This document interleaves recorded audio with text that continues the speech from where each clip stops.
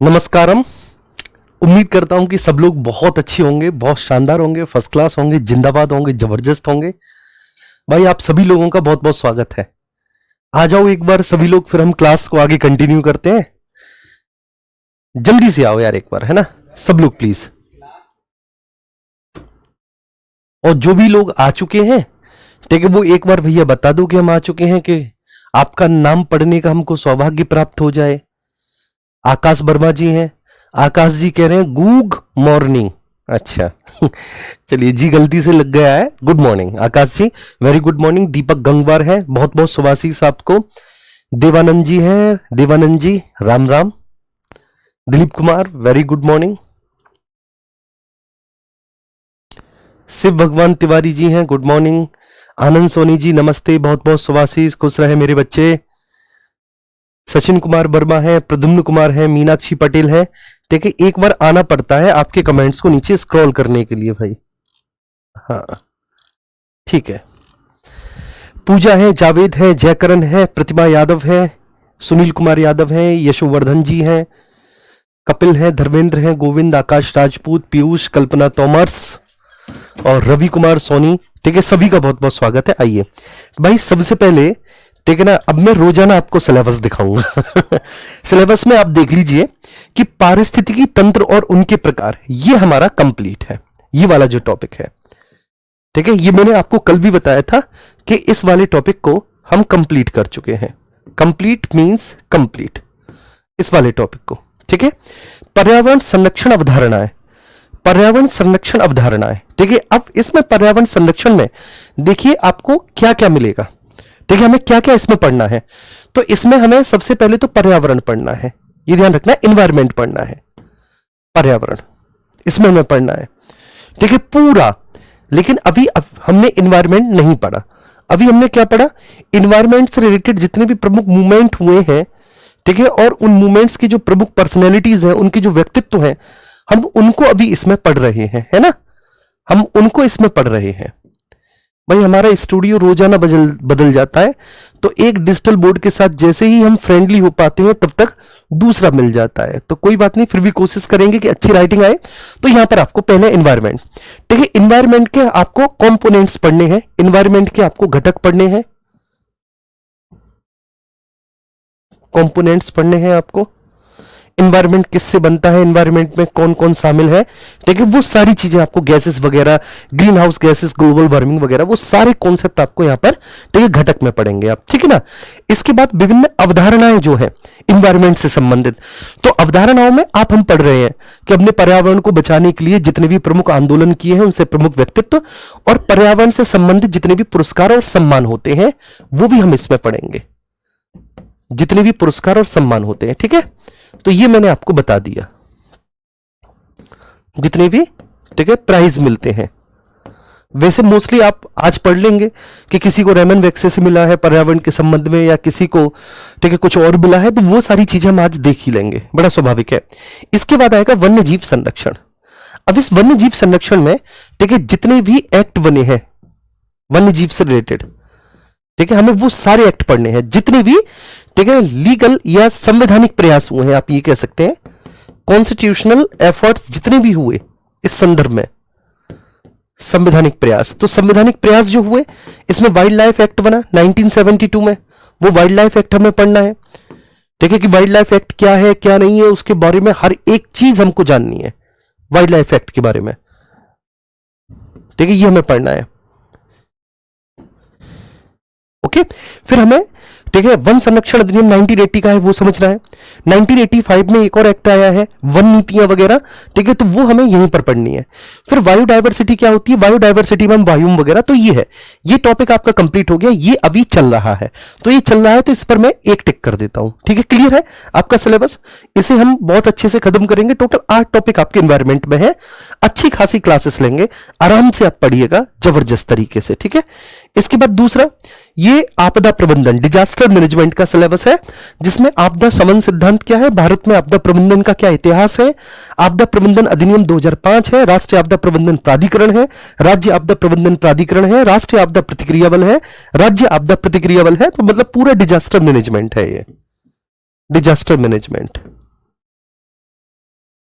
ठीक है, जब हम लोग पीसीएस देते हैं तो ये पीसीएस में आता है, डिजास्टर मैनेजमेंट आपका पेपर 3 में, डिजास्टर मैनेजमेंट। और जो पीसीएस का डिजास्टर मैनेजमेंट है एग्जैक्टली यही सिलेबस है, आप मेंस में देखना एग्जैक्टली यही सिलेबस है आपका। पीसीएस में जो इन्वायरमेंट है, ठीक है, पीसीएस के इन्वायरमेंट के बराबर ही सिलेबस आपका यहां पर भी इन्होंने शामिल किया है इन्वायरमेंट का, इनफैक्ट उससे थोड़ा ज्यादा ही है आपका जो इन्वायरमेंट का यहां पर सिलेबस है। और ग्रामीण परिवेश ये आपके 5 नंबर का है। तो ग्रामीण परिवेश में जो हमारा मुख्य ध्यान रहेगा वो रहेगा योजनाओं पर, योजनाओं पर हमारा मुख्य ध्यान रहने वाला है। ठीक है, क्लियर है विशाल, ये बात समझ में आ रही है? आइए, तो साइलेंट वैली बचाओ आंदोलन, ठीक है, लास्ट टाइम मैंने आपको बताया था कि साइलेंट वैली बचाओ आंदोलन जो है, ठीक है, इसे हम कर लेंगे जब हम प्रमुख व्यक्तित्व पढ़ लेंगे, उसके बाद कर लेंगे। आप लोग बोलने लगे नहीं सर, ठीक है, एक बार साइलेंट वैली बचाओ आंदोलन भी आप हमें करा दो। तो मैंने कहा ठीक है। साइलेंट वैली जो है वो आपका केरला के क्षेत्रों में पड़ती है, ठीक है, इसको आप शांत घाटी क्षेत्र कहते हैं। शांत घाटी क्षेत्र एक्चुअली जानी जाती है अपनी बायोडायवर्सिटी के लिए, ठीक है। एक तो यहां पर एक लॉइन मिलता है, एक शेर मिलता है, और एक और दूसरा जीव होता है पूंछ वाला, ठीक है, उसका मैं नाम आपको बताऊंगा, ठीक है। वो एक बंदर से दिखने वाला है और वो बहुत रेयर स्पीसीज है। तो इसमें होना क्या था कि एक्चुअली वहां पर, ठीक है, एक लोकल रिवर है, उस लोकल रिवर पर एक डैम बनाया जाना था जल विद्युत परियोजना के लिए। अब जब वहां की एक लोकल रिवर पर डैम बनाया जाना था तो उससे क्या होता कि चांसेस थे कि साइलेंट वैली में बहुत अधिक मात्रा में पानी चला जाता। देखिए, अब साइलेंट वैली की अपनी बायोडायवर्सिटी है जो अपने आधार पर चलती है। उस डैम के बनाए जाने से, वहां पर उस इंफ्रास्ट्रक्चर डेवलपमेंट होने से अगर वहां पे पानी बढ़ जाता तो उस क्षेत्र विशेष की जो स्पीसीज है वो नेगेटिवली इससे प्रभावित होती, नकारात्मक रूप से इससे वो इफेक्टेड होती। तो ऐसी स्थिति में बहुत सारे पर्यावरणविद वहां पर आए और उन पर्यावरणविदों ने वहां पर हंगामा करना शुरू कर दिया कि भाई ये बिल्कुल भी नहीं होगा। और सबसे इंटरेस्टिंग बात यह है कि सरकार को इनकी मांगों के सामने झुकना पड़ा और वो जो पनबिजली परियोजना या जल विद्युत परियोजना जो बनाई जा रही थी उसको सरकार ने फिर रद्द कर दिया, ठीक है। उसका कोई फिर उन्होंने दूसरा रास्ता सुझाया जिससे कि साइलेंट वैली में पानी ना भरे। तो ये सारे वो मूवमेंट है, ठीक है, जो आपके मोस्ट इंपॉर्टेंट है। मैं आपको एक बात बताता हूं, ठीक है, आपने उत्तराखंड में जोशीमठ नाम सुना होगा। अगर आप जोशीमठ से थोड़ा सा आगे जाएंगे तो वहीं पर बद्रीनाथ जी पड़ता है। जोशीमठ क्या है मैं आपको बता दूं, शंकराचार्य जी ने 4 मठों की स्थापना की थी, उनमें से एक जोशीमठ भी है। जोशीमठ में मैं गया था 2018-19 में, ठीक है, बद्रीनाथ जी केदारनाथ जी में गया। तो वहां पे जोशीमठ में एक जगह पड़ती है, जोशीमठ से ऊपर आप जाएंगे औली, ठीक है, तो वहां पे मैं रुका। तो जब मैंने वहां पे रुका था तो वहां पे लोगों में ये बातचीत थी जो वहां के लोकल्स थे कि यहां पर घर खिसकते चले जा रहे हैं, घरों में क्रैक पड़ते चले जा रहे हैं। मैंने कहा ठीक है, ओके, ठीक है, थोड़ी बहुत ये बात मेरे सुनने समझने में आई, फिर मैंने कोई ज्यादा ध्यान दिया नहीं। रिसेंटली अभी पिछले 1-2 सालों में आपने देखा होगा न्यूज़पेपर्स में कि जोशीमठ में बहुत सारे घरों की दीवारें टूट गई, बहुत सारे घर ढह रहे हैं, बहुत बड़े स्तर पर ये हो रहा है और पूरा जोशीमठ इससे प्रभावित है। जोशीमठ एक, ठीक है ना, पहाड़ पर स्थित एक पूरा सिटी है। अब इसके पीछे के जब रीजन्स बताए गए तो इसके पीछे के रीजन्स है कि वहां पर एक जल विद्युत परियोजना बन रही है। देखिए, जोशीमठ के पास से आपकी अलकनंदा रिवर बहकर जाती है, तो अलकनंदा रिवर पर जितना भी इंफ्रास्ट्रक्चर कार्य हुआ है तो उसमें खुदाई हुई है, ठीक है, कुछ टनल्स बनी है, रोड बने हैं, उन सब की वजह से उनका जो इंपैक्ट है वो उस पूरे हिली रीजन पर पड़ा है। और इसका क्या नाम है, प्रभाव क्या देखने को मिलता है कि धीरे धीरे धीरे धीरे, आपने ये खबर सुनी होगी, तो ये एक्चुअली, ठीक है, बहुत बड़ा इंपैक्ट डालता है। ठीक है, हमें लगता है कि कुछ नहीं होगा लेकिन समय के साथ एक बहुत बड़ा इंपैक्ट आपको देखने को मिलता है। तो इसलिए कहते हैं कि प्रकृति से छेड़छाड़ मत करो, ठीक है। किसी ने कहा है और बड़ा खूब कहा है, ठीक है, और वो सुंदरलाल बहुगुणा है जिन्होंने इस बात को कहा कि जो पारिस्थितिकी है, ठीक है, वो हमारा सबसे स्थायित्व आर्थिक जीवन है। इकोलॉजी इज अवर, ठीक है, मोस्ट परमानेंट इकोनॉमिक लाइफ। क्या है इकोलॉजी? अगर हम इकोलॉजी से छेड़छाड़ करेंगे तो जितने भी अर्थव्यवस्था के अन्य सेक्टर हैं वो सारे इकोनॉमी से, इकोलॉजी से रिलेटेड होते हैं, तो उन सभी पर इंपैक्ट पड़ता है। क्लियर है जी? हिना मंसूरी जी करिए, क्लास से कितने क्वेश्चंस एग्जाम में बन जाएंगे प्लीज बता दीजिए मेरी बहन, ठीक है, मंसूरी जी मेरी बहन, यहां पर पढ़ाई पर फोकस करो। क्वेश्चन बनना या ना बनना ये लास्ट की बात होती है कि एग्जामिनर कैसे प्रश्न रखता है। हमारा कर्तव्य है कि हम हर एक टॉपिक को बहुत अच्छे से पढ़े, डिटेल में पढ़े, ठीक है। चलिए, तो ये साइलेंट वैली आंदोलन, जिसमें कहा जाता है साइलेंट वैली बचाओ आंदोलन, इस आंदोलन की जो शुरुआत हुई थी, इस आंदोलन की शुरुआत 1966 में हुई थी, 1966 में, ठीक है, आंदोलन शुरू हो गया था, लेकिन इसका जो बहुत बड़ा स्वरूप देखने को मिला वो हमें 1970 के बाद ही देखने को मिला। क्योंकि वहां पर देखो, जब कोई भी प्रोजेक्ट लाया जाता है तो उसकी घोषणा 5 साल 6 साल 10 साल पहले ऑन एन एवरेज कर दी जाती है कि हम ऐसा एक प्रोजेक्ट लेकर आएंगे। तो 1966 में एक प्रोजेक्ट, ठीक है, उसकी घोषणा हुई, उसका अनाउंसमेंट हुआ, और तभी से ठीक है एक एनजीओ निकलकर सामने आया जिसका नाम था केरल शास्त्र साहित्य परिषद। ठीक है, एनजीओ। उसने क्या किया कि ये एनजीओ जो है, ये ऑब्वियसली बात है गैर सरकारी संगठन होता है, तो उन्होंने इसका विरोध करना शुरू कर दिया इस प्रोजेक्ट का, क्योंकि इस प्रोजेक्ट से साइलेंट वैली प्रभावित होती। ठीक है, इसका उद्देश्य था साइलेंट वैली को एक जल विद्युत परियोजना के कारण होने वाली बाढ़ से बचाना। ये जो एक मूवमेंट हुआ था, जो 1966 में इसकी शुरुआत हो गई थी, जिसको एक एनजीओ ने प्रारंभ किया था, जिसका नाम था केरल शास्त्र साहित्य परिषद, है ना। तो उनका उद्देश्य ये था, केरल शास्त्र साहित्य परिषद का जो उनका मेन मोटिव था कि साइलेंट वैली को एक जल विद्युत परियोजना के कारण जो होने वाली बाढ़ है उस बाढ़ से बचाना। क्योंकि साइलेंट वैली की पूरी बायोडायवर्सिटी, और साइलेंट वैली आज की डेट में एक नेशनल पार्क है, उसके बाद ही नेशनल पार्क उसको घोषित किया गया साइलेंट वैली को। तो फरवरी 1973 में योजना आयोग ने लगभग 25 करोड़ रुपए की लागत से, ठीक है, इस परियोजना को मंजूरी दे दी अपनी। ठीक है, 1966 से लोगों ने विरोध करना स्टार्ट कर दिया था, लेकिन उसके बावजूद भी जो प्लानिंग कमीशन ऑफ इंडिया है, योजना आयोग है, उसने 1973 में लगभग 25 करोड़ रुपए की लागत से इस परियोजना को मंजूरी दे दी कि यह परियोजना बनेगी। उसके बाद क्या हुआ कि 1985 में इस घाटी को साइलेंट वैली राष्ट्रीय उद्यान घोषित कर दिया गया। आफ्टर जब मूवमेंट हुआ, तो मूवमेंट होने के बाद फिर 1985 में हमने इसको एक नेशनल पार्क घोषित कर दिया। लेकिन अब इसके पीछे के थोड़ा सा हम, ठीक है, मतलब थोड़ा इसे विस्तार से समझते हैं कि केरल में एक जल विद्युत परियोजना के विरोध में 1970 के दशक में, ठीक है, एक बहुत हिस्टोरिकल पर्यावरणीय आंदोलन की शुरुआत हुई। इसका उद्देश्य यह था कि केरल में एक पलक्कड़ डिस्ट्रिक्ट पड़ता है, केरल के इसी पलक्कड़ डिस्ट्रिक्ट के अंतर्गत साइलेंट वैली शांत घाटी, ठीक है, नामक एक घाटी है। इसकी सबसे बड़ी विशेषता क्या है कि इस घाटी में ट्रॉपिकल रेन फॉरेस्ट, ठीक है, उष्णकटिबंधीय सदाबहार वन पाए जाते हैं, और उष्णकटिबंधीय सदाबहार वनों की बहुत बड़ी मात्रा में यहां पर जो है संख्या है। तो यहां पर बायोडायवर्सिटी बहुत अधिक है इन क्षेत्रों में।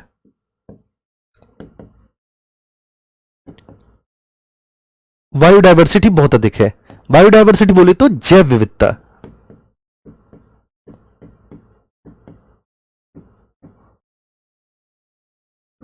जैव विविधता, बायोडायवर्सिटी, ठीक है।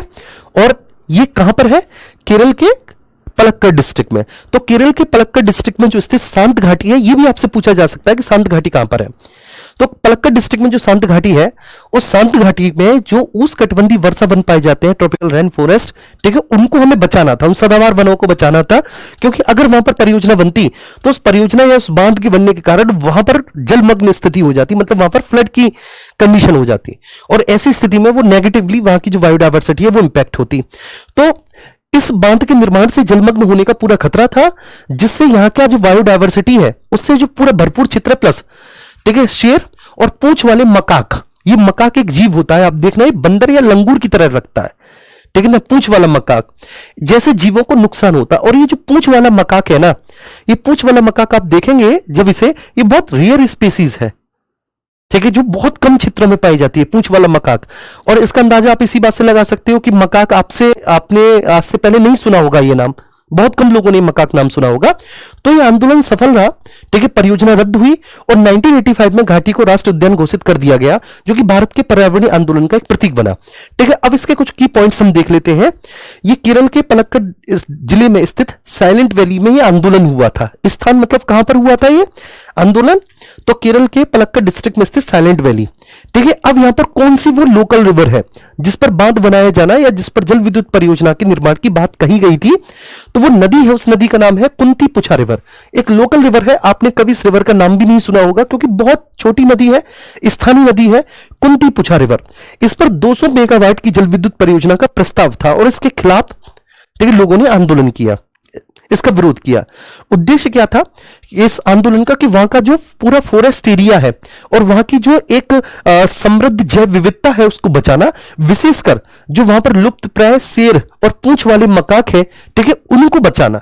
ठीक है, क्योंकि वो रेयर स्पीसीज है, तो ऐसी स्पीसीज को बचाना, शेर और पूंछ वाले मकाक, ठीक है, ये वहां पर मुख्य उनका उद्देश्य था। क्योंकि अगर पानी भर जाएगा तो जो क्लाइमेटिकल कंडीशन उन्हें अभी मिल रही है अपने जीवन यापन के लिए, ठीक है, जैसे जैसे वो सरवाइव कर पा रहे हैं, तो अगर पानी के भर जाने से तो वो उस सर्वाइवल कंडीशन को भी खो देंगे। जी, क्लियर है? ओके, सोए विद्रीसी, मुझे इतना बता दो कि सर के सिलेबस कब तक खत्म हो जाएगा? सोए विद्रीसी, अगर सच बात बता रहा हूं, ऑफलाइन क्लास में होते बेटा बहुत पिटाई लगाता मैं तुम्हारी। ठीक है, बेशक ये बात मैं मुस्कुरा के कह रहा हूं, लेकिन वास्तव में पिटाई लगाता है। ठीक है, आप क्यों नहीं समझते, आप पैट पास करके आप क्यों नहीं समझते कि आपके कमेंट वर से पूरी क्लास डिस्टर्ब हो जाती है? ठीक है, और ये कोई ऐसा क्या नाम है, ये कोई हलवा है, ये कोई प्रसाद है कि मैं बता दूं कि लो खा लो और हो जाएगा? अरे भाई चलो, ये निर्भर करता है तुम्हारे ऊपर कि तुम कितना जल्दी सिलेबस करवाना चाहते हो। लेकिन तुम ऐसे ही डंप बने रहे, ऐसे ही अगर प्रश्न पूछते रहे तो बहुत टाइम लग जाएगा। और तुम्हें सिलेबस खत्म करने के लिए आए हो तुम, तो भाई कहीं और चले जाओ जहां पे रिकॉर्डेड वीडियो वगैरह कोई डाल देगा, एनवायरमेंट इकोलॉजी वगैरह की, डिजास्टर मैनेजमेंट की, वहां से पढ़ते रहना, रटते रहना। जी नहीं भाई, ये इतनी सारी चीजें आप ये भी समझे। ठीक है, हे बन मानुस, आप इतना समझे, हे मकाक, ठीक है, पूंछ वाले, ठीक है, सब लोग जो कह रहे हैं ना, मैं इन चीजों को, इतनी चीजों को, ठीक है, मैं हाथ से लिखकर कैसे पढ़ा सकता हूं मेरे भाई? बस समझ बारी, जिसमें इतने ज्यादा फैक्ट्स हैं, कैसे, हाउ इट इज पॉसिबल? ठीक है आकाश, अरे क्या समझ में नहीं आ रहा? केरल में पलक्कड़ डिस्ट्रिक्ट है, ठीक है, उस पलक्कड़ डिस्ट्रिक्ट में साइलेंट वैली है, ठीक है, उस साइलेंट वैली में एक 200 मेगावाट की जल विद्युत परियोजना बनाई जाने की बात कही जा रही थी। अगर वो परियोजना बनती तो साइलेंट वैली में पानी भर जाता, पानी भर जाता तो वहां की जो बायोडायवर्सिटी है, ठीक है, वो खतरे में पड़ जाती, वहां के इन्वायरमेंट को, ठीक है, वहां की बायोडायवर्सिटी को, ठीक है, वहां पर रहने वाले ऑर्गेनिज्म को, ठीक है, वहां पर जो उष्णकटिबंधीय सदाबहार वन है, ट्रॉपिकल रेन फॉरेस्ट है, उनको बहुत ज्यादा नुकसान होता, वो नेगेटिवली इंपैक्ट होते। तो ऐसी स्थिति में, ठीक है, लोगों ने इसके विरुद्ध में आंदोलन किया सरकार के खिलाफ। ठीक है, उसमें एक एनजीओ की भी बहुत भूमिका थी, ठीक है, जिसने 1966 में ही बोल दिया था कि हम ये नहीं बनने देंगे मेरे भाई।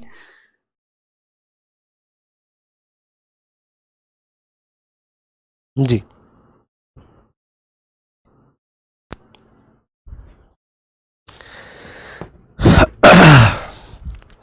ठीक है, तो उद्देश्य क्या था कि वहां का वन क्षेत्र और वहां की समृद्ध जैव विविधता को बचाना, विशेषकर लुप्तप्राय शेर पूंछ वाले मकाक को बचाना।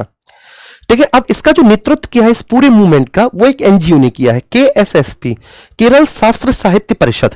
ठीक है, ये एक एनजीओ है। इसके अलावा, ठीक है, इसमें एक पर्सनैलिटी का नाम आता है, जिनका नाम है सुगुथा कुमारी, सुगुथा कुमारी।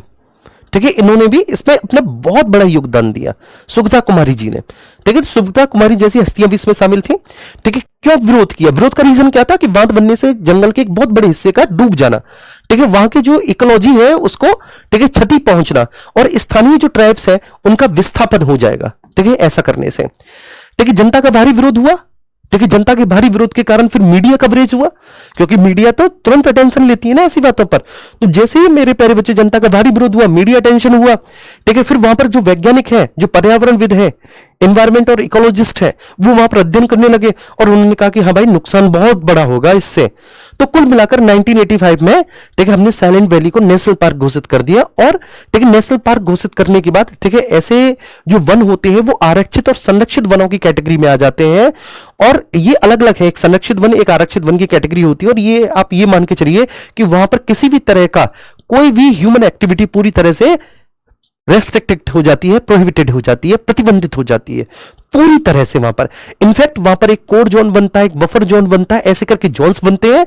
और आप, ठीक है, जो बाहरी एरिया है ना, उसका जो सबसे बाहरी बफर जोन के बाहर वाला जो क्षेत्र होता है, वहां से आप थोड़ा बहुत लकड़ी फकड़ी बीन सकते हो अपनी ईंधन और चारे की जरूरत को पूरा करने के लिए, बस इतना ही।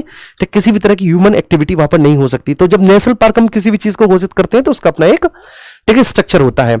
यह आंदोलन भारत में पर्यावरण सक्रियता का एक महत्वपूर्ण उदाहरण बन गया कि भाई वाह, और जिसने पर्यावरण संरक्षण और जनता की शक्ति के महत्व को बहुत जबरदस्त तरीके से उजागर किया। ठीक है, तो ये साइलेंट वैली है। अब इसके बाद, ठीक है, हम महात्मा गांधी पर्सनैलिटी के बारे में बात करेंगे। गांधी जी ने स्पष्ट रूप से और प्रत्यक्ष रूप से, तो वास्तव में कभी भी किसी पर्यावरण जैसे आंदोलन में पार्टिसिपेट नहीं किया महात्मा गांधी ने। ठीक है, लेकिन महात्मा गांधी की प्रेरणा से ऐसे बहुत सारे लोग आगे आए, ठीक है, जिन्होंने, ठीक है, पर्यावरण संबंध में कार्य किया, जिन्होंने पर्यावरण के संरक्षण और संवर्धन के लिए काम किया। वो गांधीवादी विचारधारा के लोग माने जाते हैं। जी, वो गांधीवादी विचारधारा के लोग माने जाते हैं। तो यहां पर आप समझेंगे, जब हम बात करेंगे महात्मा गांधी जी के बारे में, तो प्लीज यहां पर आप देखेंगे सब लोग कि महात्मा गांधी जी का कोई प्रत्यक्ष योगदान नहीं है, लेकिन महात्मा गांधी जी के विचारों से प्रेरित हुए, चाहे हम बाबा आमटे की बात करें, मेधा पाटेकर की बात करें, सुंदरलाल बहुगुणा की बात करें, चंडी प्रसाद भट्ट के बारे में बात करें, ये सभी गांधीवादी विचारों से प्रेरित थे। इतना ही नहीं, लेकिन गांधी जी ने हाथ से मैला ढोने का ठीक है बहुत बड़ी मात्रा में विरोध किया था। वो इसके बिल्कुल भी पक्ष में नहीं थे कि हाथ से मैला ढोया जाए। हाथ से मैला ढोने का मतलब ये होता है कि मतलब जो भी ठीक है वेस्टेज होता है उसको लोग हाथों से उठाते थे, वेस्टेज को हाथों से। अब ठीक है उतने अच्छे साबुन वगैरह उस टाइम पे थे नहीं, ऐसे ही हाथ फाथ साफ कर लेते थे, उन्हीं हाथों से खाना खाते थे। तो बैक्टीरियल ठीक है इन्फेक्शन वगैरह, फंगल इन्फेक्शन वगैरह की वजह से बहुत सारे ऐसे सफाई कर्मियों की जानें तक चली जाती थी, और ये बहुत अमानवीय भी है। तो पता है सुप्रीम कोर्ट ने भी अपने एक प्रमुख वर्डिक्ट में हाथ से मैला ढोने वाली प्रथा को आर्टिकल 21 के अगेंस्ट बताया कि आपके right to life and personal liberty के अगेंस्ट है हाथ से मैला ढोना। इन बातों को आप लिखा करो, ठीक है, इन पर आप फोकस किया करो, जो बातें मैं आपको बताता हूं। ठीक है सचिन, ठीक है सचिन भाई, मेरी बात समझ में आ रही है? चलो, सचिन को नींद आने लगती है। सचिन बेटा ऐसा कर, तालाब में बैठ के या लेट के तब क्लास लिया कर, ठीक है, आधा तालाब में घुस जाया कर और फिर उसके बाद बेटा क्लास लिया कर यार। आइए तो महात्मा गांधी जी के बारे में बात करते हैं। तो महात्मा गांधी के जीवन एवं दर्शन ने भारत के पर्यावरण संबंधी आंदोलनों को ठीक है बड़ा ही पॉजिटिवली उन्होंने उसको एक दिशा दी। महात्मा गांधी प्रत्यक्ष रूप से तो कभी किसी ऐसे आंदोलन में शामिल नहीं हुए, ठीक है, दैट्स ट्रू कि पर्यावरण संबंधी ऐसे किसी आंदोलन में शामिल हुए हो। वो किसानों के लिए, मजदूरों के लिए तो उन्होंने सत्याग्रह किए, ठीक है, बातें उठाई, ठीक है, उनकी बुद्धि उठाए, लेकिन कोई ऐसा गांधी जी डायरेक्ट, लेकिन हाँ गांधीवादी विचारधारा के बहुत सारे लोग थे। तो अगर हम बात करें जी बच्चे, अगर हम बात करें तो आप महात्मा गांधी के जीवन एवं दर्शन से बच्चे इतना सीख सकते हैं कि उन्होंने पर्यावरण संरक्षण और संवर्धन को एक सकारात्मक दिशा दी, ठीक है, बड़ा पॉजिटिवली उन्होंने इसको लेकर चले इस अप्रोच को, और बहुत सारे लोग उनसे प्रभावित भी हुए गांधी जी के पर्यावरणीय मूल्यों से ही प्रेरित होकर, ठीक है। अब ये सब गांधी जी के पर्यावरणीय मूल्यों से प्रेरित व्यक्तित्व है जो गांधी जी से इंस्पायर्ड है। जब उनसे पूछा जाता है कि आपको पर्यावरणीय संरक्षण और संवर्धन की चेतना कहां से मिली, आपके रोल मॉडल कौन है, इसकी प्रेरणा आपको कहां से मिली, तो वो महात्मा गांधी जी का नाम लेते हैं। देखिए चाहे वो चंडी प्रसाद भट्ट हो, चंडी प्रसाद भट्ट आप समझ के चिपको आंदोलन से संबंधित है, ठीक है, सुंदरलाल बहुगुणा ये भी चिपको आंदोलन से संबंधित है दोनों, बाबा आमटे, मेधा पाटेकर, अरुंधति रॉय, ठीक है, ये नर्मदा बचाओ आंदोलन। तो जैसे प्रकृति संरक्षकों ने ये आंदोलन आगे चलकर चलाए, ठीक है, कई एनजीओ भी इसमें शामिल हो गए। एनजीओ का मतलब होता है गैर सरकारी संगठन। ये गैर सरकारी संगठन कई प्रकार के होते हैं, ठीक है, लेकिन एनजीओ सामाजिक उद्देश्यों की पूर्ति करने के लिए और पर्यावरणीय जो चैलेंजेस हैं, जो पर्यावरणीय चुनौतियां हैं, उनसे निपटने के लिए भी एनजीओ कार्य करते हैं, बहुत बड़े स्तर पर कार्य करते हैं, ठीक है। तो एक सामाजिक मुद्दों पर एनजीओ बहुत प्रभावी रहते हैं, दूसरे पर्यावरणीय मुद्दों पर भी एनजीओ की, जब सरकार कोई ऐसा प्रोजेक्ट वगैरह या कोई प्राइवेट कंपनी ऐसा प्रोजेक्ट लाती है जिससे कि वहां के लोगों का नुकसान हो रहा हो, तो एनजीओ सक्रिय रूप से भूमिका निभाते हैं, कोर्ट जाते हैं, उसको मीडिया कवरेज दिलवाते हैं, ये सब। वो अगर हम बात करें, ऐसा ही एक एनजीओ है सुलभ इंटरनेशनल। सुलभ इंटरनेशनल आपने देखा होगा कि पूरे भारतवर्ष में, भारत में ही नहीं इवन भारत से बाहर भी, ठीक है, आपने जितने भी शौचालय देखे होंगे, क्लियर है, टॉयलेट्स देखे होंगे, तो उन पर लिखा होगा सुलभ शौचालय। देखा है आपने सुलभ शौचालय? तो वो सुलभ एक्चुअली सुलभ इज अ फाउंडेशन, वो एक एनजीओ है सुलभ, जिसने प्रॉमिस किया है, जिसने एक शपथ ले रखी है कि वो खुले में किसी को शौच नहीं करने देंगे या नहीं होने देंगे, ठीक है। वो एक अच्छा हाइजीनिक एनवायरनमेंट देंगे, ठीक है, जहां पर व्यक्ति शौच कर सकता है, टॉयलेट कर सकता है, मतलब इस तरह से अपनी, ठीक है। तो वो सुलभ इंटरनेशनल एक संस्था है, तो उसको गांधी जी से ही प्रेरणा मिली, ठीक है। और उसने सफाई कर्मियों, विशेषकर जो हाथ से मैला ढोने वाले, जिसको मैनुअल स्कैवेंजर्स कहते हैं, जो हाथ से मैला ढोते हैं, उनके जीवन स्तर को ऊंचा उठाने के लिए, शिक्षा और पर्यावरणीय जागरूकता के लिए, ठीक है, बहुत बड़े स्तर पर यह कार्य करता है और आज भी कार्य कर रहा है कि हाथ से मैला ढोने वालों के लिए, सफाई कर्मियों के लिए, उनके लाइफ साइकिल को, उनके जीवन स्तर को ऊंचा उठाने के लिए और उनमें शिक्षा और पर्यावरणीय जागरूकता का विकास करने के लिए यह संस्थान काम करता है, एनजीओ। गांधी जी ने विभिन्न देशों के औद्योगिक विकास, ठीक है, इस गांधी जी ने इसकी बड़ी आलोचना की थी। जो इंडस्ट्रियल रिवॉल्यूशन हुई यूरोप में 18th सेंचुरी में, और इस इंडस्ट्रियल रिवॉल्यूशन के कारण बहुत अधिक मात्रा में कोयले को जलाया गया और पर्यावरणीय क्षति हुई, हमारे वायुमंडल में बहुत ज्यादा मात्रा में highly concentrated green house gases का उत्सर्जन हुआ। तो महात्मा गांधी तो वास्तव में ग्रीन हाउस गैसेस वगैरह इतना तो नहीं जानते थे, लेकिन हाँ ठीक है, ये तो उनको पता ही था कि इस औद्योगिक क्रांति के कारण बहुत सारा नेगेटिव इंपैक्ट पर्यावरण पर पड़ा है। नॉट इवन पर्यावरण ठीक है, बल्कि इंसान पर भी। गांधी जी ध्यान रखना, गांधी जी, सब लोग ध्यान रखो, गांधी जी मशीनों के विरोधी नहीं थे, गांधी जी मशीनीकरण के विरोधी थे। ठीक, गांधी जी कुटीर उद्योग को प्रोत्साहित करना चाहते थे। गांधी जी बोलते थे कि अगर ठीक है मशीनें ठीक है बहुत अधिक मात्रा और संख्या में स्थापित हो जाएंगी तो फिर लोगों को रोजगार कैसे मिलेगा। तो इसलिए गांधी जी जो है ना कहते थे कि जहां पर आवश्यकता है वहीं पर मशीनों का यूज किया जाए। ठीक है, जैसे गुणवत्ता संबंधी कोई भी प्रश्न है ऐसे बस केवल वहीं पर मशीनों का यूज किया जाए। वो मशीनीकरण के विरोधी थे। वो ये मानते थे या फिर उनका ये कहना था कि हर चीज का मशीनीकरण नहीं होना चाहिए। जो चीज हाथ से हो सकती है कंफर्टेबली तो उसके लिए मशीन की कोई आवश्यकता है ही नहीं। ठीक है, क्योंकि इससे रोजगार के अवसर छिनते हैं, रोजगार के साधन इससे छिन जाते हैं। तो औद्योगिक विकास विभिन्न देशों के एवं आधुनिक औद्योगिक समाजों द्वारा आधुनिक औद्योगिक समाजों के द्वारा पर्यावरण पर पड़ने वाले प्रभावों और प्राकृतिक संसाधनों के अत्यधिक दोहन को देखते हुए उन्होंने अपनी चिंता व्यक्त की और चिंता व्यक्त करते हुए कहा कि प्रकृति हमारी जरूरतों को पूरा कर सकती है लेकिन हमारे लालच को नहीं। तो ये स्टेटमेंट भी पूछा जा सकता है कि स्टेटमेंट किसका है। और महात्मा गांधी जी का ये स्टेटमेंट बड़ा वायरल हुआ था उन दिनों जब उन्होंने कहा कि प्रकृति हमारी जरूरतों को पूरा कर सकती है। और वास्तव में प्रकृति हमारी जरूरतों को पूरा करने के लिए ही बनी है। तो प्रकृति हमारी जरूरतों को तो पूरा कर सकती है लेकिन नेचर हमारे लालच को पूरा नहीं कर सकती। तो विभिन्न देशों के औद्योगिक विकास और आधुनिक औद्योगिक समाजों द्वारा पर्यावरण पर जो प्रभाव पड़ रहे हैं और प्राकृतिक संसाधनों के अत्यधिक दोहन को देखते हुए उन्होंने ये बात कही थी कि प्रकृति हमारी जरूरतों को तो पूरा कर सकती है लेकिन प्रकृति हमारे लालच को पूरा नहीं कर सकती। हमारी जरूरत को पूरा कर सकती लेकिन हमारे लालच को पूरा नहीं कर सकती प्रकृति। गांधी जी ने हमेशा ही पर्यावरण एवं मानव संबंधों को परस्पर पूरक माना। हमेशा गांधी जी ने ठीक है पर्यावरण ठीक है और मानव संबंधों को कि पर्यावरण और मानव संबंध हमेशा आपस में एक दूसरे के पूरक होते हैं। मानवों के क्रियाकलापों से पर्यावरण पर और पर्यावरण से मानव पर ठीक है प्रभाव पड़ता है। और ये बात तो हम पहले ही पढ़ चुके हैं, पारिस्थितिकी है ही है कि जीव और उसके पर्यावरण के मध्य अंतर संबंधों का अध्ययन है पारिस्थितिकी।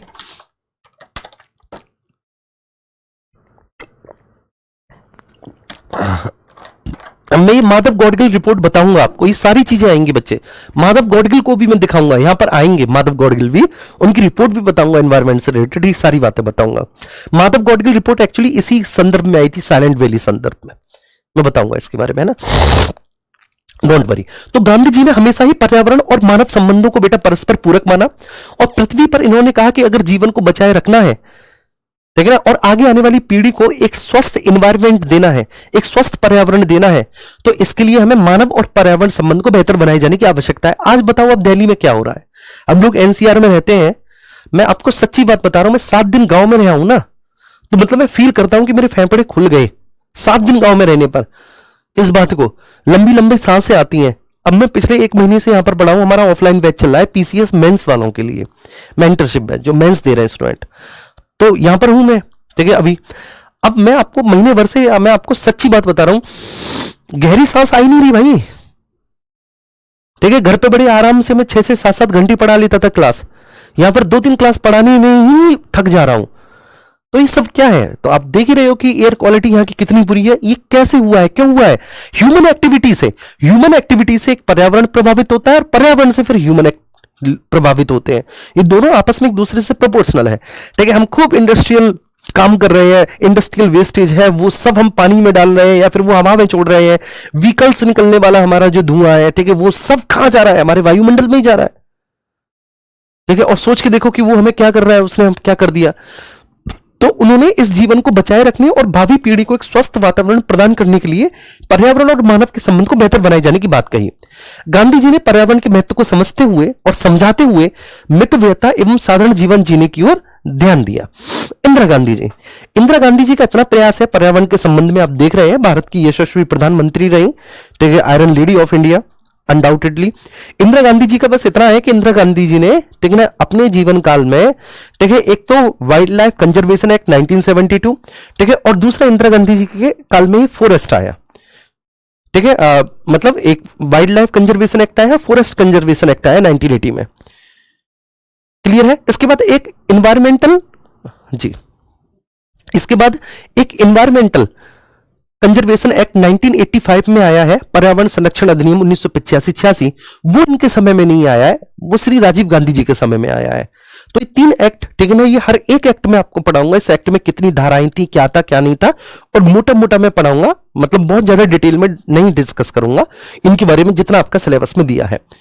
तो ये ऐसी एक महिला है कि जिन्होंने वाइल्ड लाइफ को समझा, उसके महत्व को समझा, वाइल्ड लाइफ का एनवायरनमेंट पर इंपैक्ट और एनवायरनमेंट के वाइल्ड लाइफ पर इंपैक्ट को समझते हुए उन्होंने कहा कि भाई ऐसे बात बनाने से काम नहीं चलेगा, ठीक है, उसको एक संवैधानिक दर्जा दिए जाने की आवश्यकता है। और जब उसको एक संवैधानिक दर्जा दिए जाने की आवश्यकता है, तो इसके लिए फिर इन्होंने वाइल्ड लाइफ कंजर्वेशन एक्ट ये लेकर आए 1972 में। तो बस इनकी, बस इतना सा है इनका योगदान कि इन्होंने जो है ना उन सभी चीजों का, ठीक, विधि मान्यकरण किया। उनके लिए उन्होंने कॉन्स्टिट्यूशनल एफर्ट्स डाले हैं, ठीक है, ऊपर ऊपर से बात नहीं कही, कोई जागरूकता अभियान वगैरह के माध्यम से या लोगों से निवेदन फिवेदन नहीं किया, कानून बनाया कि अगर कोई कानून का उल्लंघन करेगा तो स्वाभाविक सी बात है भाई, फिर उसको हम जेल भेजेंगे। हाँ, वन संरक्षण अधिनियम 1980 में आया था जी।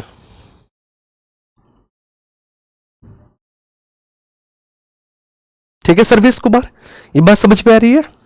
ओके, आइए अब हम यहां पर आगे बात करते हैं इंदिरा गांधी जी। आप इंदिरा गांधी जी के बारे में पढ़ेंगे तो एक बहुत महत्वपूर्ण उपलब्धि इंदिरा गांधी जी के समय यह हुई है कि इनके कार्यकाल में जो, ठीक है, फॉरेस्ट रिजर्व थे, संरक्षित क्षेत्र थे, उनकी संख्या 65 से बढ़कर 298 हो गई। एक सेकेंड,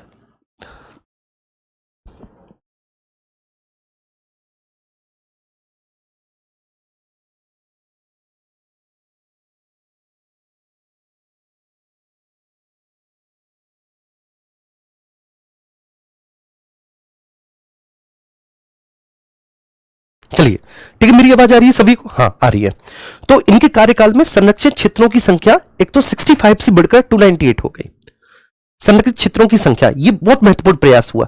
दूसरा, 1972 में वन्य जीव संरक्षण अधिनियम पारित हुआ, ठीक है, वन्य जीव संरक्षण अधिनियम, प्लस 1980 में, मैं इस बात को भी लिख दूं, फॉरेस्ट कंजर्वेशन एक्ट 1980 में वन संरक्षण अधिनियम भी पारित हुआ, वो इन्हीं के समय में हुआ,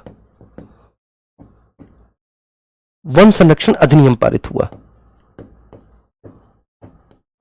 वह इन्हीं के समय में हुआ। तो अगर आपको महात्मा गांधी के बारे में लिखना हो कि महात्मा गांधी का क्या क्या योगदान है, तो आप कहेंगे कि महात्मा गांधी से प्रेरणा लेकर ही चंडी प्रसाद भट्ट हो गए, सुंदरलाल बहुगुणा, तो उन्होंने चिपको आंदोलन जैसे, ठीक है, महत्वपूर्ण पर्यावरणीय आंदोलन को नेतृत्व दिया। ठीक, गांधी जी के मूल्यों से ही और गांधी जी के पर्यावरण, ठीक है, मूल्यों से प्रेरित होकर बाबा आमटे, मेधा पाटेकर जैसे लोगों ने नर्मदा बचाओ आंदोलन। गांधी जी क्या कहते थे कि प्रकृति हमारी आवश्यकता को पूरा कर सकती है लेकिन हमारे लालच को नहीं, ये स्टेटमेंट महात्मा गांधी जी का, ये आपको याद रखना है। महात्मा गांधी जी कहते थे मानव और पर्यावरण के बीच में एक प्रोपोर्शनल रिलेशन होता है, ठीक है, अगर मानव का लालच बढ़ता चला जाएगा तो पर्यावरणीय क्षति होगी और उसके बाद फिर, ठीक है, मानव के जीवन को भी, ठीक है, नकारात्मक रूप से प्रभावित, ठीक है, होना पड़ेगा या मानव का जीवन भी नेगेटिवली इंपैक्ट होगा, ठीक है, गांधी है। इंदिरा गांधी जी ने, ठीक है, कोई हवाई बात नहीं की, उन्होंने इसके लिए कॉन्स्टिट्यूशनल एफर्ट्स किए और उन्होंने ये सारी चीजें की। और उनके समय में जो संरक्षित क्षेत्र थे, जो रिजर्व फॉरेस्ट था, ठीक है, ऐसे क्षेत्रों की संख्या 65 से बढ़कर 298 हो गई, 298 हो गई, ठीक है। इसके अलावा सबसे बड़ी बात क्या है कि मिसेस गांधी, ठीक है, प्रधानमंत्री तो थी लेकिन पर्यावरण के प्रति आप सोच सकते हो कि वो कितनी ज्यादा सक्रिय रही होंगी, पर्यावरण के प्रति वो कितनी जागरूक रही होंगी कि उन्होंने जो है ना अपने आप को वन्य जीव बोर्ड का चेयरपर्सन भी बनाया, वो चेयरपर्सन भी बनी, जो आपका वन्य जीवन बोर्ड होता है जिसको वाइल्ड लाइफ बोर्ड कहते हैं, तो वाइल्ड लाइफ बोर्ड की चेयरपर्सन भी रही, ठीक है। आप सोच के देखिए कि ऑब्वियसली बात है उनको वाइल्ड लाइफ से प्यार होगा, ठीक है, उसके प्रति वो बहुत ज्यादा गंभीर होंगी उन मुद्दों को लेकर, तभी तो वो उसकी चेयरपर्सन बनी, जबकि ऑलरेडी उनके पास और भी बहुत सारे मंत्रालय और विभाग थे, लेकिन उन्होंने इसकी गंभीरता को समझते हुए वे भारतीय वन्यजीव बोर्ड की चेयरपर्सन भी रही थी। आगे हम बात करेंगे मेधा पाटकर और अरुंधति रॉय, ये आप इनको देख रहे हैं, इन दोनों का संबंध किससे है, मेधा पाटकर और अरुंधति रॉय का? तो आप कहेंगे कि साहब इनका जो संबंध है वो नर्मदा बचाओ आंदोलन से है,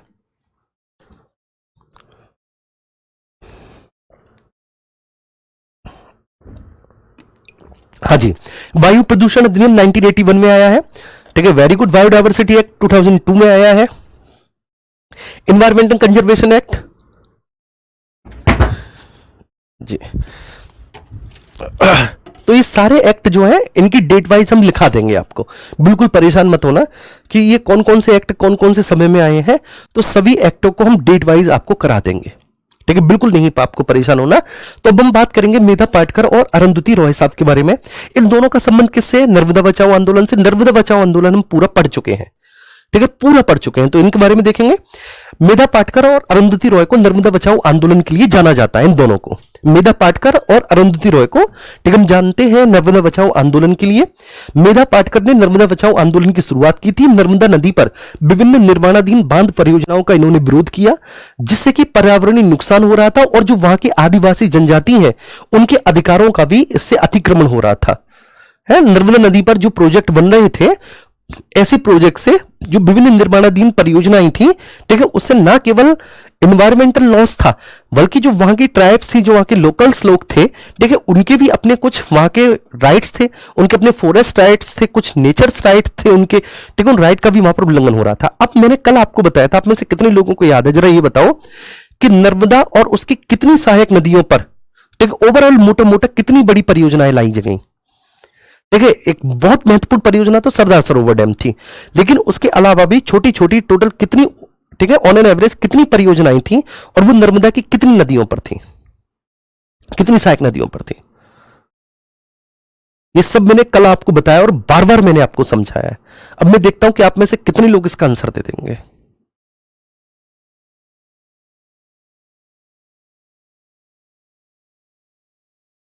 वेरी गुड। तो भाई इसका मतलब है कि पढ़ तो रहे हो, शाबाश।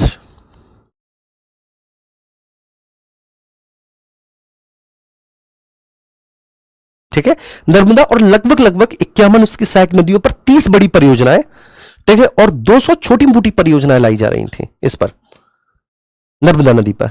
क्लियर है? तो सरदार सरोवर डैम भी, ठीक है, ये नर्मदा नदी पर एक बहुत प्रमुख, गुजरात में, ठीक है, एक परियोजना है, बहुत प्रमुख परियोजना है सरदार सरोवर डैम, नर्मदा नदी पर। Okay, very good. इसके अंतर्गत नर्मदा नदी पर विभिन्न निर्माणाधीन बांध परियोजनाओं का विरोध किया गया, ये सारी बात है। अब हम बात करेंगे राजेंद्र सिंह। इस व्यक्ति को आप देख रहे हैं, राजेंद्र सिंह, ठीक है, इनको बोलते हैं the Waterman of India. Waterman of India, इन्होंने राजस्थान में बहुत बड़े स्तर पर काम किया मेरे प्यारे बच्चे। इनको रेमन मैग्सेसे पुरस्कार भी मिला, ठीक है, एक और पुरस्कार मिला जिसको क्या नाम है, वाटर नोबेल पुरस्कार भी कहा जाता है। तो इन्होंने क्या किया कि राजस्थान का वो क्षेत्र जो सूखा प्रवण क्षेत्र था, ठीक है, जो ड्रॉट एरिया था, ठीक है, उसमें इन्होंने जो ग्राउंड वाटर है, ठीक है, क्योंकि ग्राउंड वाटर बहुत तेजी से घटता है, वहां पर बारिश बहुत कम होती है, तो फिर इन्होंने वाटर साइड मैनेजमेंट प्रोग्राम, ठीक है ना, जिसको आप जल संग्रहण प्रणाली कहते हैं, तो जल संग्रहण प्रणाली के माध्यम से इन्होंने पूरा प्रयास किया कि वहां पर जो ग्राउंड वाटर लेवल है, ठीक है, उसको या तो कांस्टेंट रखा जाए, उसको बढ़ाया जाए इस संदर्भ में।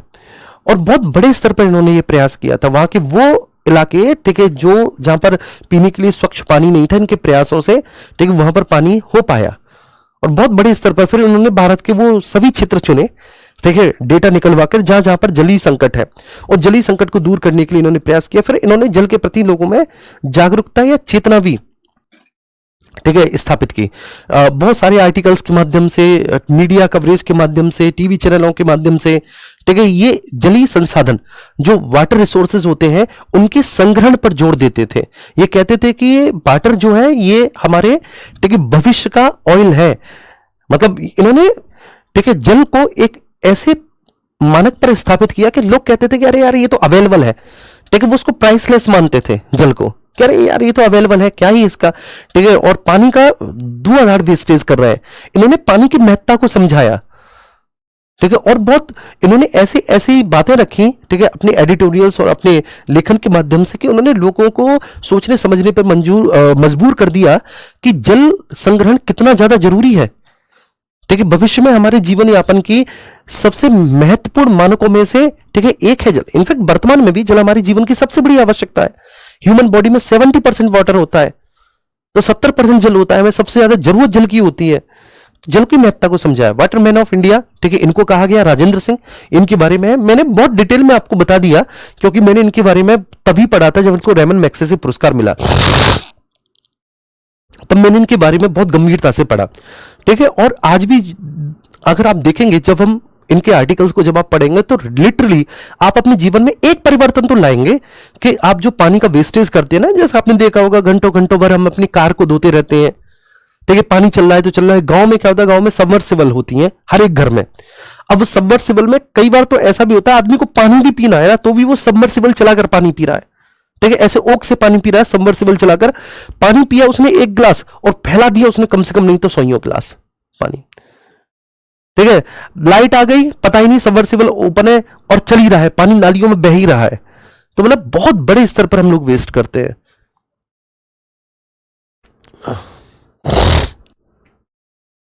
आइए, राजेंद्र सिंह जी को जल संरक्षण के संदर्भ में किए गए प्रयासों के लिए जाना जाता है। राजेंद्र सिंह जी को जो जल संरक्षण के संदर्भ में इन्होंने जो प्रयास किए हैं, उन प्रयासों के लिए इनको राजेंद्र सिंह को जाना जाता है। प्रयासों के लिए जाना जाता है, जल संरक्षण के संदर्भ में किए गए प्रयासों के लिए इन्हें वाटरमैन ऑफ इंडिया भी कहा जाता है। विश्व की अनेक संस्थाओं ने इनको पुरस्कार दिए जो उनके जल संरक्षण का प्रयास है उससे प्रभावित होकर। रेमन मैग्सेसे पुरस्कार मिला इनको और स्टॉकहोम वाटर प्राइज मिला। इस स्टॉकहोम वाटर प्राइज को नोबल वाटर प्राइज के नाम से भी जाना जाता है। इन्होंने परंपरागत जल स्रोतों को तकनीकी विधि से जोड़कर राजस्थान के कई क्षेत्रों में पानी की आपूर्ति भी की। मेनका गांधी, ठीक है, मेनका गांधी हमेशा से वाइल्ड लाइफ के लिए बहुत ज्यादा जागरूक, बहुत ज्यादा, मेनका गांधी, ठीक है, खासकर, ठीक है, पशु हत्या के बहुत बड़े, ठीक है, विरोधी पर्सनैलिटीज में से एक है ये, ठीक है ना। पशुओं के प्रति होने वाली क्रूरता, पशु हत्या, ठीक है, और वाइल्ड लाइफ के कंजर्वेशन के लिए भारत में बहुत बड़े स्तर पर प्रयास करने वाली लेडीज है मेनका गांधी, ठीक है। इन्होंने बहुत बड़े स्तर पर, ठीक है, प्रयास किए हैं। तो इनको हम लोग समझते हैं मेनका गांधी जी को, ठीक है। भारत की पूर्व पर्यावरण एवं वन मंत्री भी ये मेनका गांधी रह चुकी हैं जी। वेरी गुड रचित, बहुत अच्छे। रचित, शायद आप तो, मुझे जहां तक नाम याद आ रहा है रचित, आप तो हमारे पहले वाले लेखपाल वाले बैच में भी थे, या फिर रचित तुम या तो मुझसे, ठीक है, बीपीओ पढ़े हो, ग्राम पंचायत अधिकारी। पूर्व में तुम कभी किसी ना किसी यूपी ट्रिपल एससी के कोर्स में पढ़े हो मुझसे, जहां तक तुम्हारा नाम मुझे याद आ रहा है, और तुम अच्छे स्टूडेंट थे। अब पता नहीं तुम वही रचित हो या नहीं, ठीक है, यहाँ पर तो केवल नाम से ही हम पता कर पाते हैं। तो आइए अब हम यहाँ पर बात करेंगे। तो भाई मेनका गांधी भारत की पूर्व पर्यावरण वन मंत्री रह चुकी हैं, ठीक है, मेनका गांधी जी।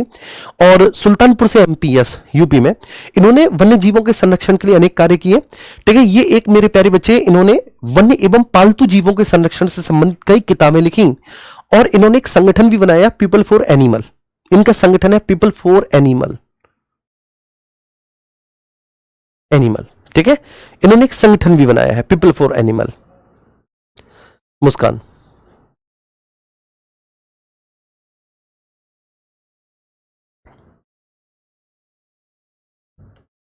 वेरी गुड, बहुत अच्छे, है ना।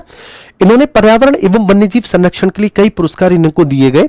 1994 में, 1994 में, ठीक है, इनको वर्ष का पर्यावरणविद और शाकाहारी व्यक्ति, environmentalist and vegetarian of the year भी चुना गया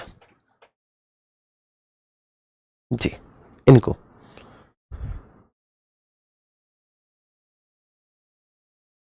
ओके शोएब,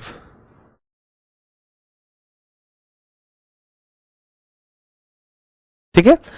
तो शोएब, ये बात समझ में आ रही है आपको? अब आपका एक, ठीक है, सवाल है कि सर, ठीक है, ऐसे इन चीजों को कैसे लिखेंगे? मतलब आपको यार जब नोट्स मिलते हैं, ठीक है, आपको वर्ड फाइल में मिल रही है पीडीएफ, ठीक है ना, आपको वर्ड फाइल में मिल रही होगी, तो ठीक है, आप जब वर्ड फाइल में आपको मिल रही है तो फिर आपको इतनी टेंशन क्यों है, परेशानी क्यों है? दूसरा, यदि आपको फिर भी है कि नोट्स कैसे बनाने हैं, बात समझ में आ रही है, तो आप क्या करेंगे, जैसे आपने मेनका गांधी लिख लिया यहां पर, ठीक है ना, आपने मेनका गांधी लिख दिया, मेनका गांधी, तो हैंड नोट्स तो ऐसे ही बनते हैं, ठीक है ना। तो वहां पर आप उनके बारे में सारी चीजें लिखेंगे, मेनका गांधी के बारे में, बात समझ में आ रही है। जैसे पीपल फॉर एनिमल नाम की संस्था चलाई, एनिमल नाम की संगठन चलाती हैं, एक संस्था चलाती हैं, ठीक है। ये पर्यावरण एवं वन मंत्री भी रह चुकी हैं।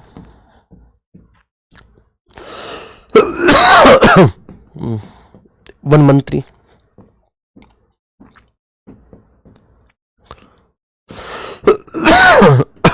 माफ कीजिएगा।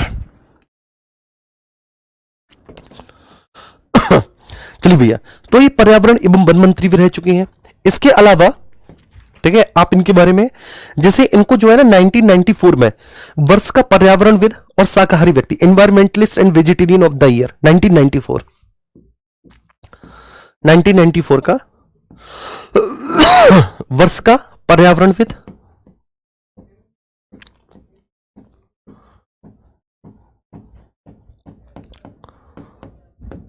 पर्यावरणविद और शाकाहारी 1994 का चुना गया, शाकाहारी चुना गया। ठीक है, और इनके बारे में भैया वन्य जीवों के संरक्षण के लिए इन्होंने अनेक प्रयास किए। ठीक है, तो ये मेनका गांधी के बारे में जितना भी था, ठीक है, मेनका गांधी के बारे में जितने भी महत्वपूर्ण पॉइंट्स थे 3 पॉइंट्स में आ गए। ठीक है, ये ऐसे आपको नोट्स बनाने हैं। ठीक है ना, आई बात क्लियर है?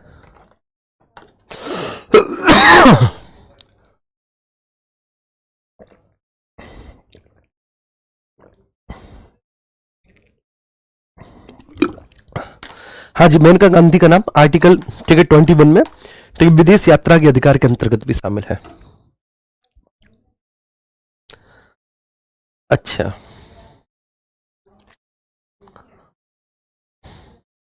ठीक है, ऐसे ही लिखकर पढ़ाएं। तो मेरे भाई ऐसे तो आप भी लिख सकते हो ना, एक बात बताओ भाई, ऐसे तो आप भी लिख सकते हो। ठीक है, ये 3 पॉइंट्स जैसे मैंने लिखे आप लिखेंगे, एक बार खुद से अपने हाथ से नोट्स बनाएंगे तो आपका रिवीजन भी तो हो जाएगा।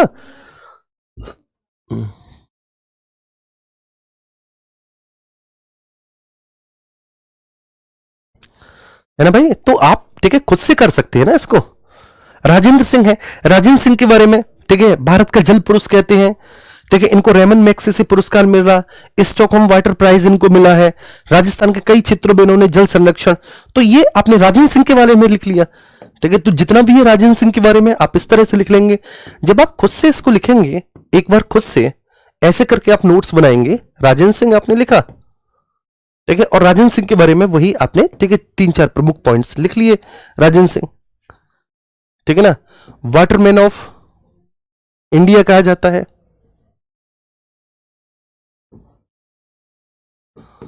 इंडिया कहा जाता है। ठीक है, इन्होंने जल संरक्षण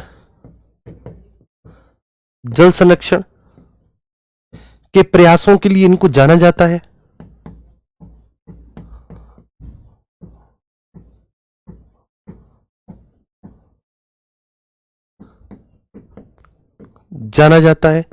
जल संरक्षण के प्रयासों के लिए इनको। ठीक है भाई, इसके अलावा इनको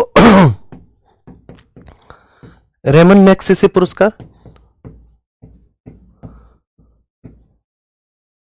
और स्टॉकहोम वाटर प्राइज पुरस्कार भी मिला है।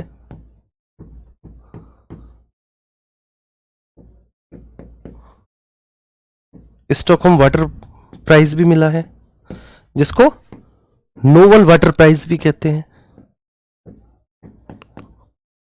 नोबल वाटर प्राइज भी कहते हैं। जब आप स्वयं से ऐसे लिख लेंगे इनको, ठीक है, तो आपका एक बार अच्छे से रिवीजन भी हो जाएगा। ठीक है, क्लियर है भैया? ये बात आई समझ में? ऐसे कर लेना है आपको। आइए, जीडी अग्रवाल, ठीक है, इनके बारे में बात करेंगे। जीडी अग्रवाल गंगा बचाओ आंदोलन से बहुत सक्रिय रूप से जुड़े हुए हैं।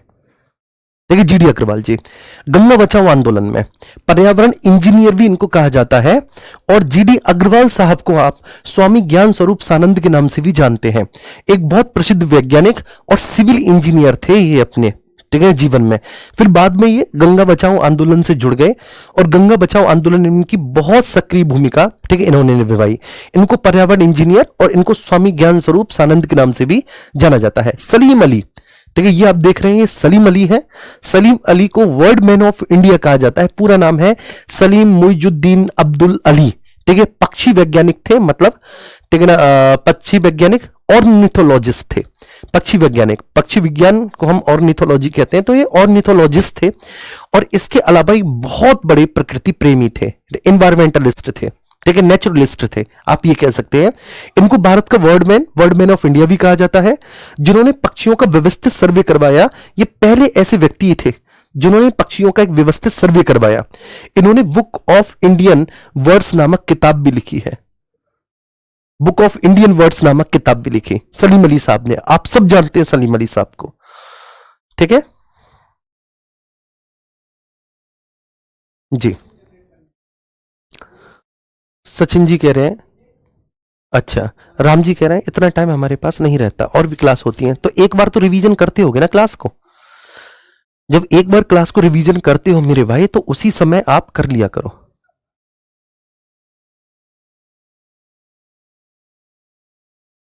जी ठीक है, तो आइए, ठीक है, सलीम मुइजुद्दीन अब्दुल अली, ये पक्षी वैज्ञानिक और एक नेचुरलिस्ट, एनवायरमेंटलिस्ट, भारत का वर्डमैन कहा जाता है। ठीक है, बुक ऑफ इंडियन वर्ड्स, तो ये पूछा जा सकता है सलीम अली साहब से कि बुक ऑफ इंडियन वर्ड्स नामक पुस्तक किसने लिखी, तो आप कहेंगे बुक ऑफ इंडियन वर्ड्स नामक पुस्तक लिखने का श्रेय सलीम अली को दिया जाता है। 1947 के बाद भारत में बना संगठन बॉम्बे नेचुरल हिस्ट्री सोसाइटी के ये मुख्य व्यक्तियों में से एक थे। ठीक है, बॉम्बे नेचुरल हिस्ट्री सोसाइटी, ये actually Bombay natural history society जितना भी वाइल्ड लाइफ है उसका भारत में पूरा डेटा रखता है। ये संगठन एक ऐसा संगठन है जो भारत में संपूर्ण डेटा रखता है। ठीक है, ये भारत में ऐसा संगठन जो वाइल्ड लाइफ का संपूर्ण डेटा रखता है। इन्हीं के व्यक्तिगत प्रयासों से केवलादेव नेशनल पार्क जो है, ठीक है, भरतपुर, उसका निर्माण किया गया। और साइलेंट वैली में हो रहे विनाश को रोकने का भी इन्होंने कार्य किया। जी हाँ, वही साइलेंट वैली में, ठीक है, साइलेंट वैली में जो विनाश हो रहा था वहां पर ये भी गए थे, सलीम अली भी, वहां पर इन्होंने भी 1976 में इनको पद्म विभूषण पुरस्कार से सम्मानित भी किया गया था। 1976 में सलीम अली साहब को वर्ल्ड मैन ऑफ इंडिया। इन्होंने कौन सी किताब लिखी है, बुक ऑफ इंडियन वर्ड्स भी लिखी है। इसके अलावा जो बॉम्बे नेचुरल हिस्ट्री सोसाइटी है जो वाइल्ड लाइफ का डेटा रखती है, ठीक है, उसके ये संस्थापक सदस्यों में से, प्रमुख व्यक्तियों में से शामिल है। और केवलादेव नेशनल पार्क का जो प्रयास है वो इन्हीं के माध्यम से किया गया। डॉक्टर वंदना सिवा, उत्तराखंड में जो चिपको आंदोलन हुआ था, ठीक है, ये वंदना सिवा उससे भी जुड़ी हुई है। हालांकि चिपको आंदोलन के प्रमुख व्यक्तित्व में सुंदरलाल बहुगुणा, ठीक है ना, और चंडी प्रसाद, और बाकी का एक गांव में जो हुआ था वहां पर गौरा देवी जी, ये बात मैंने आपको बताई थी। लेकिन इसमें डॉक्टर वंदना सिवा का भी नाम आता है। उत्तराखंड में जन्मी वंदना सिवा ने राष्ट्रीय और अंतर्राष्ट्रीय स्तर पर पर्यावरण संरक्षण की आवाज बुलंद की। 1970 के चिपको आंदोलन से भी ये जुड़ी रही थी। 1982 में इन्होंने विज्ञान, टेक्नोलॉजी और पारिस्थितिकी के लिए देहरादून में एक रिसर्च इंस्टीट्यूट की स्थापना की, जो कि महत्वपूर्ण पारिस्थितिकी मुद्दों पर अनुसंधान के लिए समर्पित है। इसके अलावा एक एनजीओ भी चलाती हैं जिसका नाम है नवधान्य, नवधान्य करके एक एनजीओ चलाती हैं। 1982 में एक इंस्टीट्यूट की स्थापना इन्होंने देहरादून में की, जो विज्ञान, प्रौद्योगिकी और पारिस्थितिकी के लिए है, ठीक है, जो कि महत्वपूर्ण पारिस्थितिकी मुद्दों पर अनुसंधान के लिए समर्पित है। इसके अलावा, ठीक है, ये स्थानीय मुद्दों के साथ साथ जैविक कृषि, देसी बीज और बौद्धिक संपदा अधिकारों की रक्षा के लिए भी कार्य करता है। कुल मिलाकर अगर हम बात करें, इनको राइट लाइवलीहुड एवं ग्लोबल 500 जैसे पुरस्कारों से सम्मानित किया जा चुका है। इनके जीवन में इनकी अचीवमेंट को देखें तो राइट लाइवलीहुड और ग्लोबल 500 जैसे जो, ठीक है, पुरस्कार होते हैं, उनसे डॉक्टर वंदना सिवा को सम्मानित किया जा चुका है।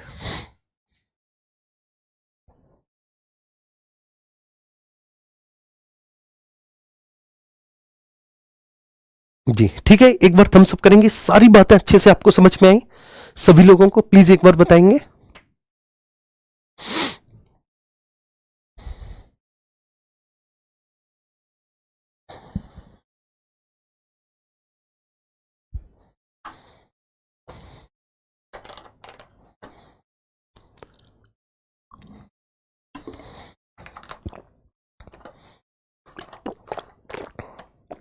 जी ओके, ठीक है, तो एक बार थम्स अप करो। हालांकि आज ये कंप्लीट हो जाना चाहिए था, ठीक है, लेकिन आप लोग बड़े स्लो स्लो चलते हैं। ठीक है, ये रहे प्रोफेसर माधव गौडगिल, ठीक है, जिनके बारे में हम लोग बात कर रहे थे। मैंने बताया था माधव गौडगिल भी आएंगे आगे।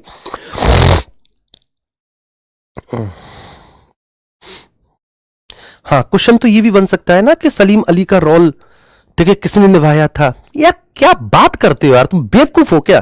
किसने निभा दिया सलीम अली का रोल? ये रोबोट 2.0 मूवी है, उसमें कोई वो सलीम अली बना है वो अक्षय कुमार? अरे वो एक पूरी यार फिक्शन मूवी है यार, ठीक, उसमें वो करेक्टर है। उसमें कोई सलीम अली की कोई ऑटोबायोग्राफी बनी है, कोई कोई बायोग्राफी बनी है क्या सलीम अली की?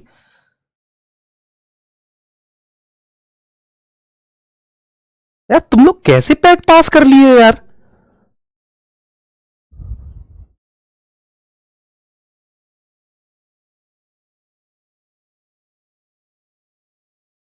ठीक है, ठीक है प्रोफेसर, माधव गौडगिल के बारे में हम लोग बात करेंगे, फिर कल बात करेंगे इनके बारे में हम।